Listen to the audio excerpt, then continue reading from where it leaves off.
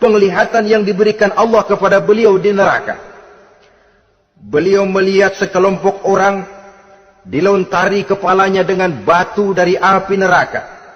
Tiap kali dilontari kepala itu hancur berkeping-keping, berantakan otaknya. Lalu dibulatkan kembali. Setelah kepala itu bulat kembali, disambitin lagi. Menjerit, meraung, merintih kesakitan. Hancur kepalanya, berantakan otaknya. Lalu dibulatkan lagi. Terus menerus begitu, tidak pernah berhenti. Sampai Rasul bertanya, "Ya Jibril, ini orang kenapa kepalanya dilontari dengan api neraka sampai hancur lalu dibulatkan kembali?" Kata malaikat Jibril, "Ya Muhammad, itulah contoh daripada umatmu yang berat untuk sujud kepada Allah Tuhannya. Itulah contoh dari umatmu yang waktu hidup di dunianya tidak pernah mendirikan solat sama sekali. Sombong yang paling sombong adalah sombong kepada Allah. Artinya tidak mau sujud kepada Sang Maha Penciptanya." Jadi barangkali saudara punya cita-cita atau keinginan, saya mau yang ini saja. Persilahkan, gak usah sembahyang. Lalu ada lagi sekelompok kaum. Perutnya besar, sebesar rumah. Dililit dengan kala dan ular dari api neraka. Diseret-seret dia di jurang neraka.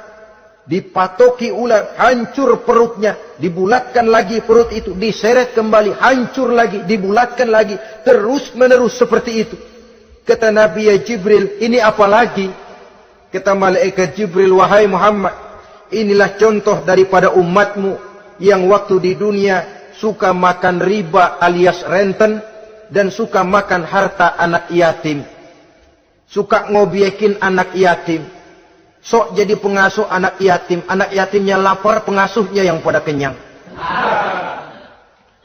Saudara hadirin yang saya muliakan, orang yang makan riba alias renten, orang yang makan harta anak yatim, begitu gambaran yang diperlihatkan kepada baginda Rasulullah sallallahu alaihi wasallam. Sebagian lagi ada penduduk neraka yang kukunya terbuat dari tembaga dari api neraka. Panjang sangat kukunya itu. Lalu mencakar-cakar mukanya sendiri. Hancur mukanya, berantakan, dicakari oleh kukunya itu. Lalu dibulatkan lagi. Dicakar lagi. Hancur lagi. Dibulatkan lagi. Pengangguran benar ini orang. Muka sendiri, dicakarin sendiri. Ya Jibril, ini tamsil apa Jibril? Ya Muhammad, itulah contoh dari umatmu yang pada waktu di dunianya nggak pernah rukun sama sesama saudaranya muslim. Suka nyari aib orang lain. Suka ngejelekin orang lain. Padahal orang lain itu saudaranya seakidah. Kan sama dengan nyakar muka sendiri namanya. Menepuk air di dulang, terpercik muka sendiri.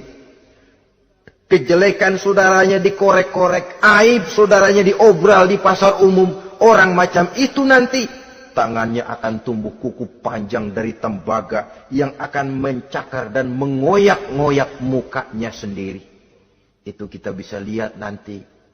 Oh, ini yang waktu di dunia suka ngorek-ngorek kesalahan orang tuh lagi pada nyakarin mukanya. Oh, begitu. Saudara-saudara kaum muslimin rahimakumullah. Oleh karena itu Nabi ajarkan kita, tuba liman syaghalahu aibuhu an uyubin nas. Beruntung orang yang aib dan kekurangan pada dirinya menyebabkan dia sibuk sampai enggak sempat ngorek-ngorek aib dan kekurangan orang lain. Introspeksi.